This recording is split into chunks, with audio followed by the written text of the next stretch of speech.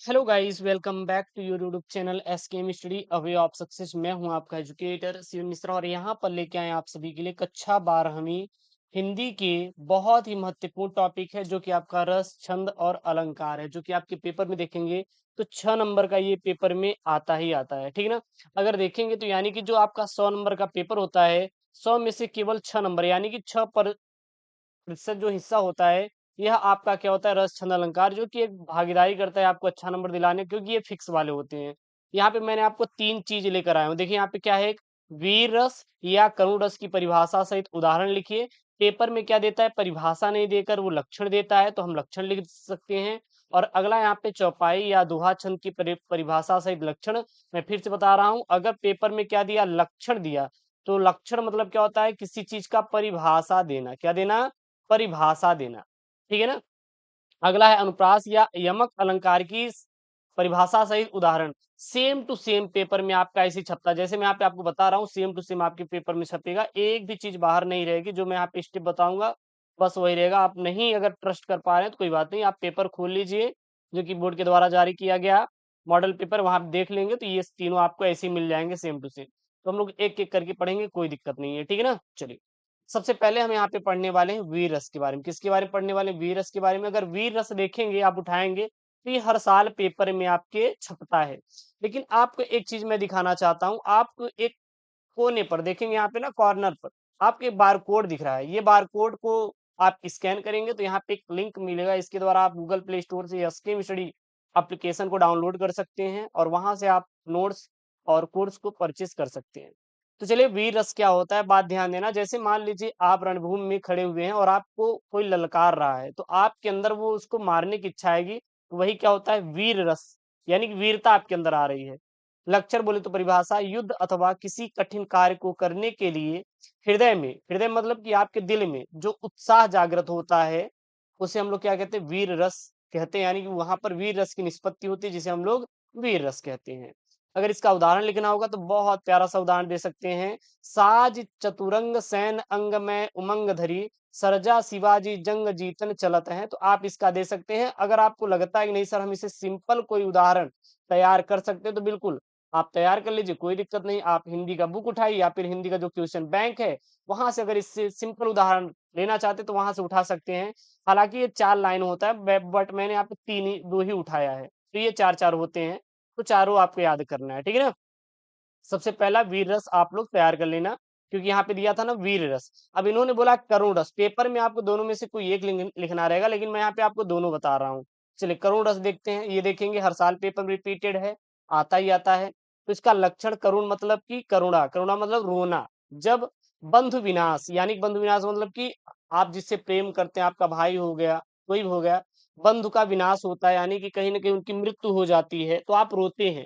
या बंधु वियोग, जैसे मान लीजिए आपका कोई भाई है, आपसे दूर जा रहा है, तो आप लोग उसके वियोग में आप देखेंगे परेशान होते हैं। या फिर द्रव्य नाश, मान लीजिए आपने कोई मोबाइल खरीदा हुआ है जो कि बहुत महंगी क्वालिटी का है, तो वहां पे क्या हो रहा है, वो टूट गया। और प्रेमी के सदैव के लिए बिछड़ जाने के, यदि आप किसी से प्रेम करते हैं, अगर वो आपसे बिछड़ रहा है, तो वहां पे करुण रस का क्या होता है, उत्पन्न होता है। उसे हम लोग क्या बोलते हैं, करुण रस कहते हैं। ठीक ना। उदाहरण के लिए, इस करुणा कलित हृदय में अब विकल रागनी बजती, क्यों हाहाकार स्वरों में वेदना असीम गरजती।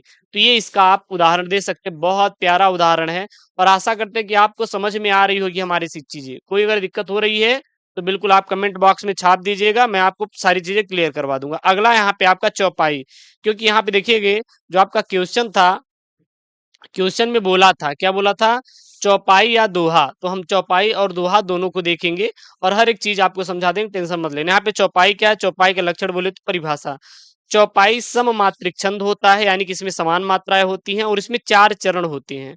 प्रत्येक चरण में 16 मात्राएं होती हैं और अंत में क्या होता है, गुरु होता है। यानी कि इसमें 4 चरण होंगे और सभी चरणों में 16 मात्राएं होती है, इसीलिए क्या बोल रहा है, सममात्रिक छंद है। ठीक है ना। और अंत में क्या होता है, गुरु और लघु होता है, कोई दिक्कत नहीं है कि नहीं। चलिए सर, अच्छा हम ये देख लेते हैं कि सर ये गुरु और लघु होता क्या है, हमें ये नहीं समझ आता। तो कोई बात नहीं, मैं आपको समझा रहा हूं ना कि ये गुरु क्या होता है, लघु क्या होता है। गुरु को हम लोग यहाँ पे देखेंगे ऐसे से दिखाते हैं, ऐसे, ऐसे से, और लघु को एक डंडा से दिखाते हैं। जो गुरु होता है इसमें दो मात्रा होती है, कितनी मात्राएं होती हैं? दो मात्राएं होती हैं, और लघु में कितनी मात्रा होती है? एक मात्रा होती है। अच्छा ठीक है गुरु जी, लघु और गुरु कब होता है? तो गुरु तब होता है जब आ, ई, उ, ए, उ, औ ये सब आएंगी, यानी कि ये सब जहां पे मात्राएं दिखाई देंगी, ये केवल इतनी मात्रा, एक दो तीन चार पाँच छह सात, जहां पे ये सात मात्राएं लगी दिखाए वो क्या है? गुरु है। और लघु में जहां पे छोटा छोटी, छोटा ऊ, ऋ से ऋषि, और ये अंग वाला जहां पे एक बिंदी होता है, यहाँ पे ये जो पांच मात्राएं अगर आपको दिखाई देंगी तो क्या हो जाएगा? लघु हो जाएगा।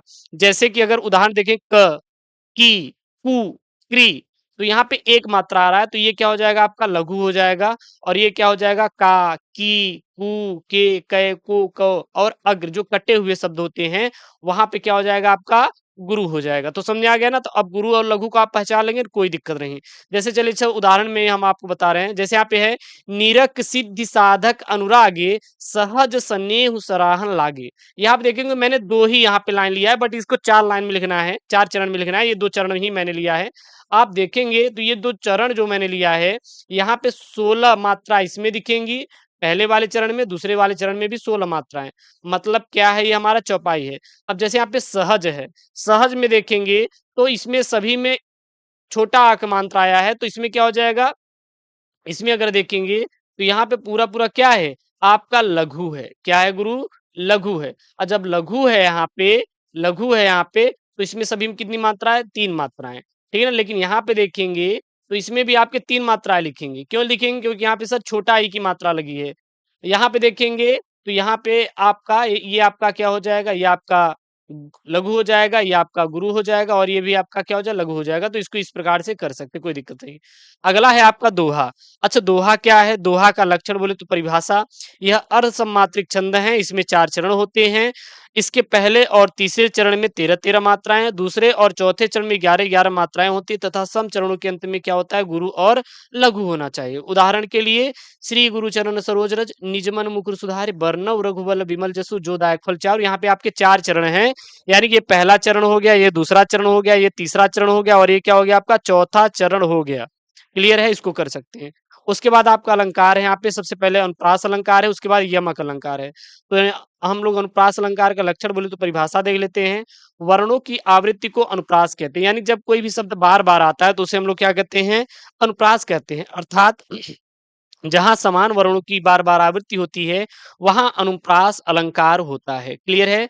जैसे कि यहाँ पे देखेंगे, तरन तनुजा तट तमाल तरुवर बहुछा, यहाँ पे त बार बार वर्ण आ रहा है, ठीक है ना? तो यहाँ पे क्या है? अनुप्रास अलंकार है।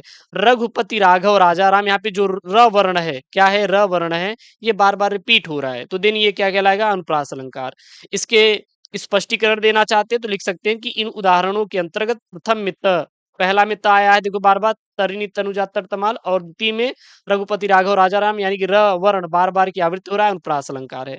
अगला यहाँ पे लास्ट वाला है आपका यमक अलंकार। सर यमक अलंकार क्या होता है? लक्षण बोले तो परिभाषा, यमक का अर्थ होता है युग्म या जोड़ा। क्या होता है यमक का अर्थ? युग्म या जोड़ा होता है। इस प्रकार जहां एक शब्द समूह एक से अधिक बार प्रयोग हो किंतु उसका अर्थ प्रत्येक बार भिन्न हो, वहां पर यमक अलंकार होता है। क्या कहलाता है? यमक अलंकार कहलाता है। उदाहरण के लिए, पक्षी पर छीने ऐसे परे पर छीने वीर, तेरी बरछीने है खलन के। अर्थात यहाँ पे लिख सकते हैं कि उपयुक्त उदाहरण में पर छीने और बर छीने के दो भिन्न भिन्न अर्थ हैं। पर छीने का मतलब होता है पंख कटना, यानी जब पंख कट जाता है तो वहां पे पर छीन होता है। और बर छीने का मतलब है कि दूसरे के द्वारा छीना गया कोई भी वस्त्र, मतलब चीज हो सकता है, कोई भी चीज हो सकता है।